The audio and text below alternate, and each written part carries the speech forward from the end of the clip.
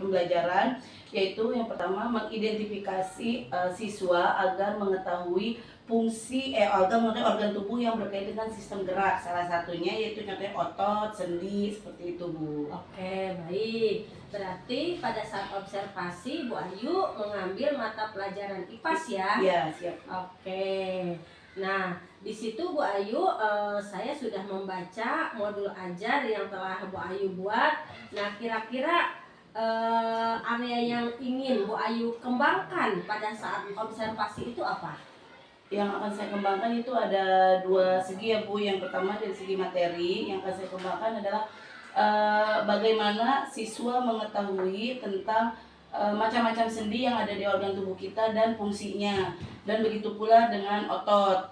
Terus yang satu lagi yang akan saya kembangkan yaitu dari segi pembelajarannya dengan cara membagi anak menjadi kelompok, menjadi beberapa kelompok, dan akan memfokuskan anak supaya bisa bekerja sama dengan kelompoknya dan mendapatkan atau mengetahui apa yang saya maksud. Contohnya, tolong cari satu kelompok ini, tolong cari apa yang dimaksud dengan sendi peluru. Nah, jadi yang saya fokuskan itu biar anak bisa anak dibagi kelompok biar bisa mengetahui materi apa yang sedang saya ajarkan. Oke, dari paparan yang Bu Ayu sampaikan, berarti area pengembangannya itu memfokuskan pada diskusi kelompok anak ya. Oke, bagus sekali Bu Ayu ya. Nah, dari paparan tadi, kira-kira Bu Ayu strategi apa yang ingin Bu Ayu gunakan pada saat observasi? Yang pertama, strategi yang akan saya pakai itu ceramah. Dari ceramah ini saya akan terlebih dahulu menjelaskan inti dari materi yang akan saya ajarkan tentang sendi, tentang organ-organ gerak yang ada di tubuh kita, fungsinya apa, terus kelemahannya apa, seperti itu Bu. Terus kalau sesudah saya menjelaskan, saya akan membagi kelompok dan anak akan yang saya akan lakukan ada tanya jawab. Jadi saya akan memberi beberapa pertanyaan dan anak akan menjawab, begitupun sebaliknya. Oke, seperti itu ya. Berarti strateginya tanya jawab dan juga ceramah ya Bu Ayu. Adakah strategi lain yang akan digunakan untuk supaya anak tersebut bisa dilihat dari gaya belajar si anak tersebut?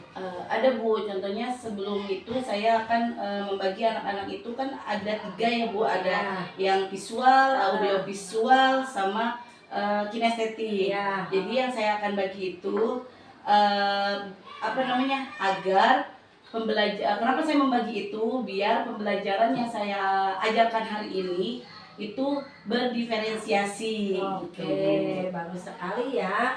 Nah, ternyata setelah saya lihat-lihat RPP yang sudah Bu Ayu buat, ternyata betul apa yang dikatakan Bu Ayu. Di situ ada strategi pembelajaran berdiferensiasi. Karena di sini dalam RPP tersebut ada yang namanya produk, proses, ataupun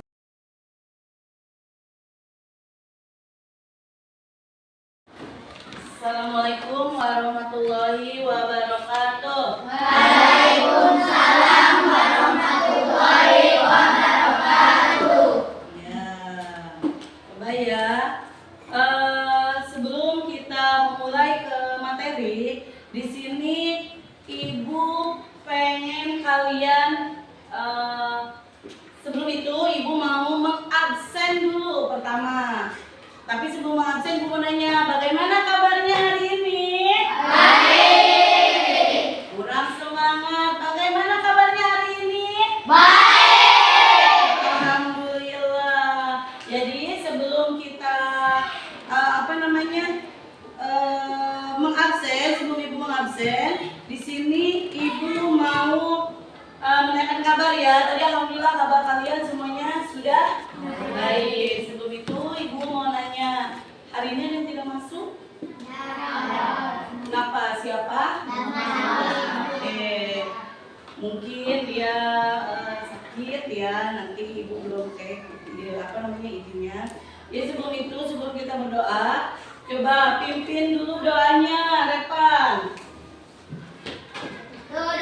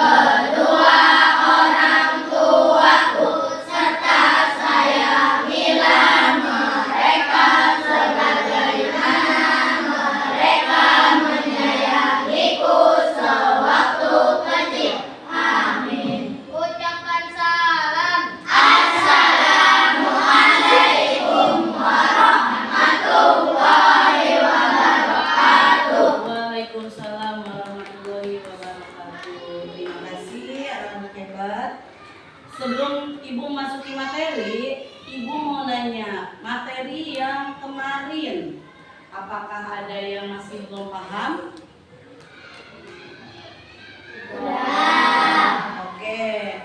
Sebelum itu, nanti akan Ibu kasih video ya di sini. Video di sini adalah salah satu mindfulness atau mengistirahatkan pikiran, mengistirahatkan hati kamu sebelum kita memulai pelajaran. Boleh kalian ikuti instruksi yang nanti ada Ibu tampilkan di video di sini. Kamu ikuti. Kamu kalau suruh tutup mata, ikuti instruksi yang di sini. Paham? Oke, kita mulai ya.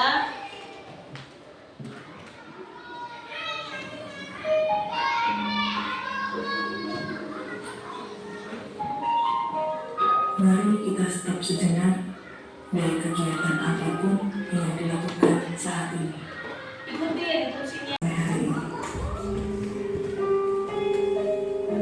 Setelah ini, silakan lanjutkan kembali kegiatan Anda dengan membawa perasaan yang lebih tenang, pikiran yang berfokus, dan tubuh yang lebih rileks. Oke, sudah relax badannya sekarang? Sudah relax? Nah, salah satu cara biar kalian tuh siap untuk mengikuti pelajaran satu hari ini.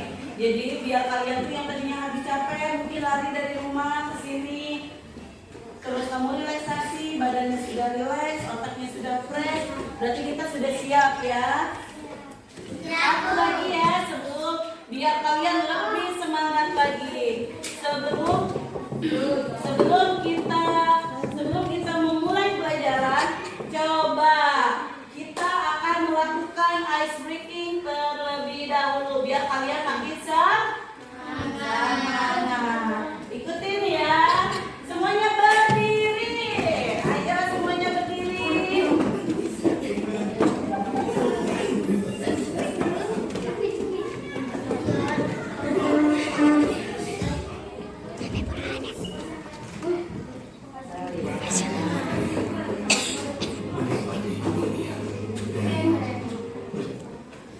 Semuanya berdiri, ikutin ya. Pasti pada sudah hafal. Ikutin, biar tambah semangat, tambah rileks.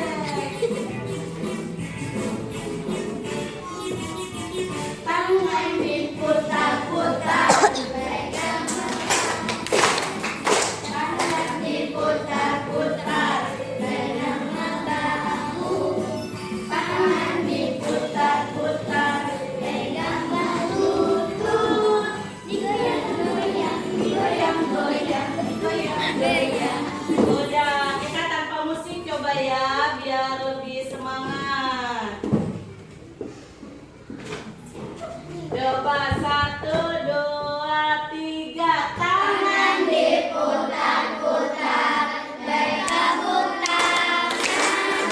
Tangan diputar-putar, pegang bahu. Tangan diputar-putar, pegang lutut. Digoyang-goyang, digoyang-goyang. Oke, tepuk tangan buat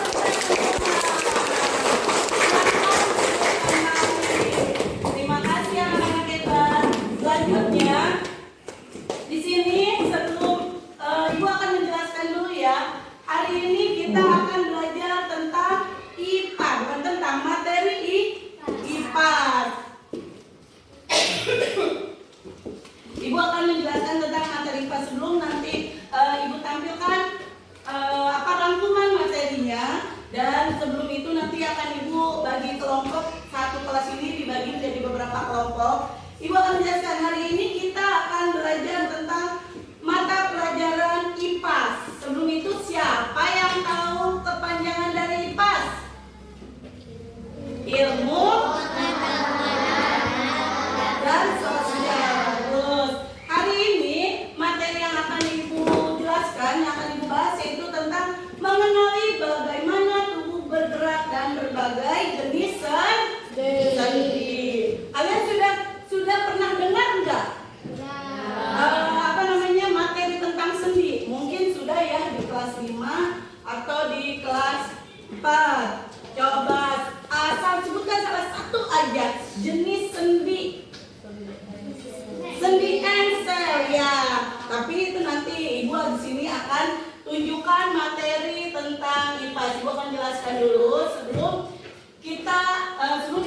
bagi kalian menjadi beberapa kelompok di sini. Di sini nanti Ibu jelaskan beberapa materi tentang sendi atau organ tubuh yang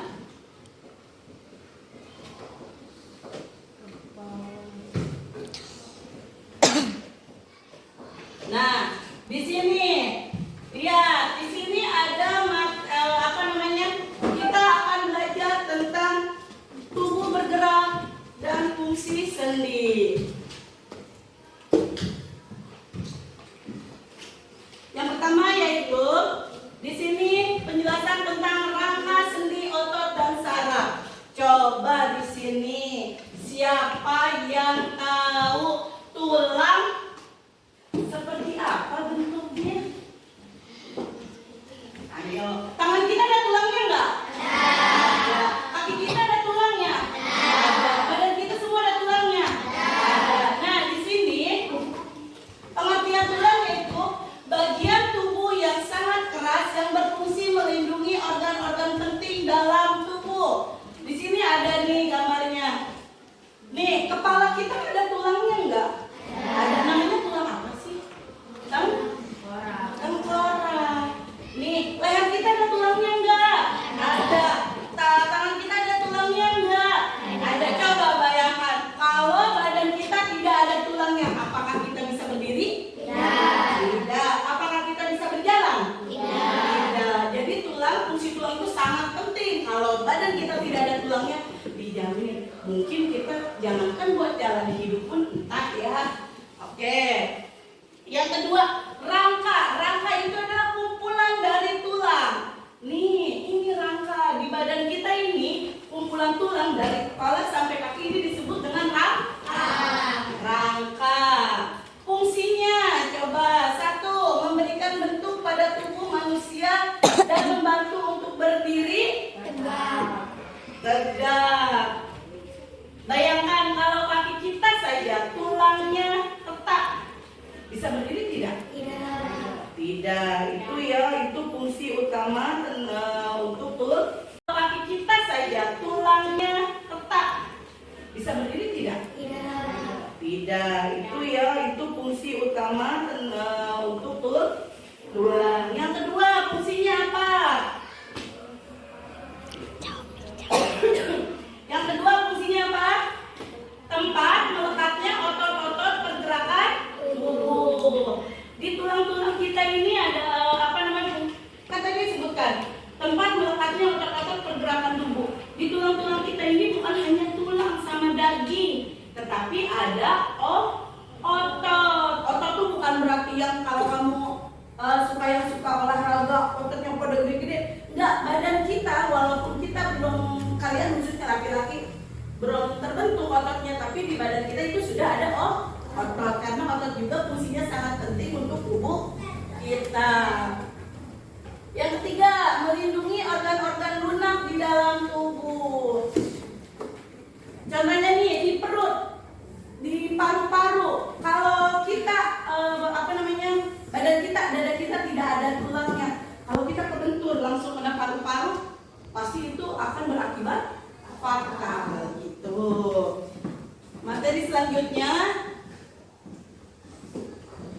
sendi. Nah, sendi ini adalah tempat bertemunya dua tulang atau lebih agar tulang tersebut bisa bergerak. Tangan kita ada sendinya enggak? Tangan kita bisa bergerak apa karena hanya ada otot sama tulang, apa karena hanya ada sendi? Tangan kita ini ada otot, ada tulang, dan ada sendi. Yo, sebelum itu Ibu mau nanya, macam-macam sendi, siapa yang tahu? Coba, macam-macam sendi, siapa yang tahu? Boleh angkat tangan. Coba ikutin Ibu. Sendi mati, sendi putar, sendi peluru, sendi encer, sendi pelana, sendi geser, macam-macam sendi. Itu adalah beberapa sendi. Sendi mati berada di atas kepala. Sendi putar nih bagian sendi peluru. Nih, ini yang ada di bahu kamu. Sendi engsel, ini. Sendi pelana yang ada di pergelangan tangan. Nih, karena tangan kamu bisa bergerak ini karena apa namanya? Ada di tangan kamu ada sendi, ada otot, dan ada tulang. Lanjut ke otot. Di sini Bu sikat aja ya. Bagian pada tubuh manusia dan hewan yang berfungsi menggerakkan bagian tubuh tertentu. Yang tadi Ibu udah bilang, tangan kita bisa bergerak bukan karena hanya ada sendi, bukan karena hanya ada tulang, tetapi ada otot. Sistem saraf. Sistem jaringan dalam tubuh yang mengatur kerja organ tubuh dan menyalurkan rangsangan ke anggota tubuh tertentu. Sistem saraf. Coba, saraf berada di mana? Di kepala. Kalau saraf kita satu aja rusak atau satu aja putus, otomatis badan kita tidak akan berfungsi normal. Salah satunya kamu pasti pernah dengar yang namanya kena stroke. Nah itu bukan kan suka dengar stroke itu gara-gara darah tinggi. Mungkin penyebab utamanya yaitu darah tinggi. Tetapi apa yang membuat badan si orang itu bisa stroke, tidak bergerak karena sistem sarafnya atau salah satu sarafnya sudah tidak berfungsi dengan baik itu.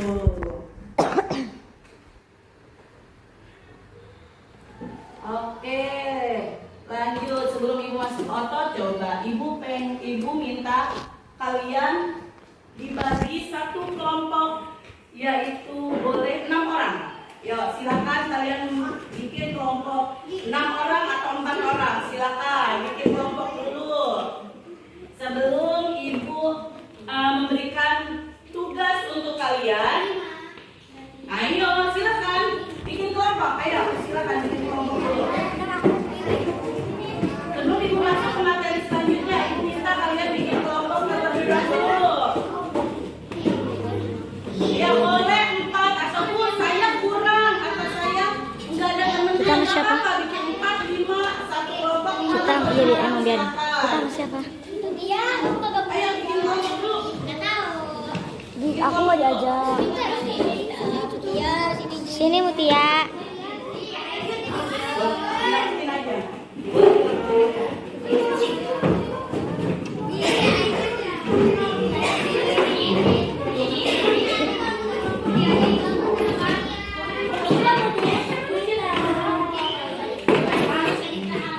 Bawain aku ya.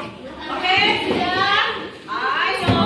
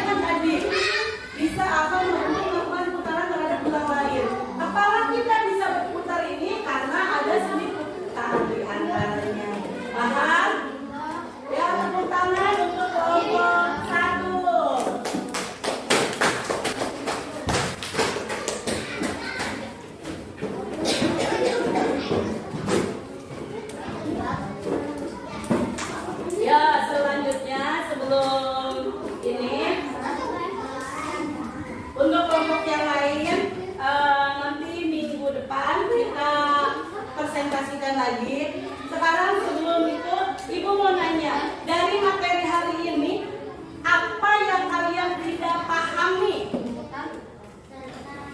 Ya, kita hari ini belajar tentang sendi. Sendi, coba sekali lagi, sendi ada berapa ya? Apa aja? Sendi, Mati, sendi putar, sendi peluru, sendi Excel, sendi pelana, sendi geser, macam-macam sendi. itu adalah macam-macam sendi. Sekarang kesimpulannya yaitu untuk hari ini tubuh kita itu tidak akan bergerak sempurna kalau salah satu di antara badan kita itu ada yang rusak atau ya putus bisa atau tidak baik, sedang tidak baik. Coba kesimpulan belajar hari ini, tadi kita belajar tentang apa selain sendi? Otot. Terus saraf. Terus tulang dan sendi. Badan kita ini bisa bergerak tidak kalau salah satu di antara tempat tadi itu ada yang rusak. Tidak, ya. Jadi gini, dari belajar hari ini kita tahu bahwa tubuh kita ini bergerak bukan karena tubuh kita, tetapi karena tubuh kita ada bagian-bagian tertentu. Contohnya tadi apa? Ada sendi, ada otot, ada tulang. Oke. Sekarang Ibu balik lagi. Ada yang sebelum Ibu menutup pelajaran hari ini, ada yang mau ditanyakan atau ada yang tidak kalian? Oke, silakan Septi. Sendi gulung. Sendi gulung. Sendi gulung itu nih, kalau kata kita tadi sendi apa? Sendi gulung nih. Sendi yang punya gerakan dua arah, bisa depan, bisa belakang, kanan kiri. Contohnya pada tulang rahang kalian nih. Coba sekarang praktekkan. Tulang rahang kamu bisa terbuka? Bisa miring? Bisa. Nah, itu salah satu contoh sendi gulung. Ada lagi yang mau ditanyakan? Ya, oke. Dari Ibu materi hari ini cukup sekian. Mudah-mudahan apa yang sudah Ibu berikan kalian pahami. Kalaupun nanti tidak kalian pahami, silakan jangan pernah sungkan, jangan pernah malu untuk bertanya ke Ibu gurunya. Oke, sekarang Ibu akhiri. Wabillahi taufiq wal hidayah. Wassalamualaikum warahmatullahi wabarakatuh. Waalaikumsalam warahmatullahi wabarakatuh. Oke. Yang mana? Sebelum kita pulang tadi Ibu kan baru mengakhiri pelajaran. Tapi Ibu sebelum kita pulang ya, tadi Ibu baru mengakhiri pelajaran. Sebelum kita pulang sekarang kita berdoa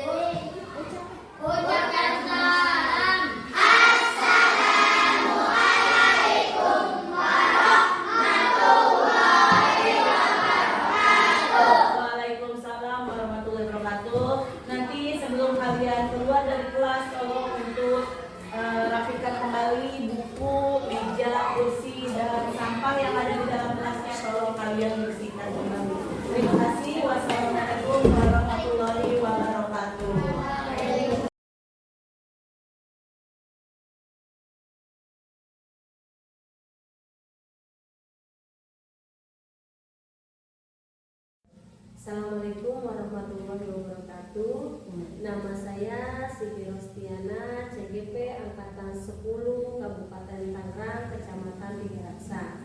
Hari ini saya akan melakukan pasca observasi, yaitu yang ditemani oleh ibu bapak saya yang bernama Kartini Liasari, dan observer saya yaitu Bu Ayu Rahmawati. Observer ini mengajar di kelas 6 yang akan diobservasi yaitu pelajaran IPAS. Nah, Assalamualaikum Bu Ayu. Waalaikumsalam warahmatullahi wabarakatuh. Ya, bagaimana kabarnya hari ini? Alhamdulillah sehat, baik. Ya, alhamdulillah Bu Ayu sekarang dalam keadaan sehat walafiat. Nah, kemarin saya telah melaksanakan dan melihat lagu observasi ya Bu Ayu ya. Nah, ada yang harus saya ada beberapa catatan yang saya tulis pada saat observasi tersebut Bu Ayu ya. Yang pertama, dalam segi pembelajaran diferensiasi untuk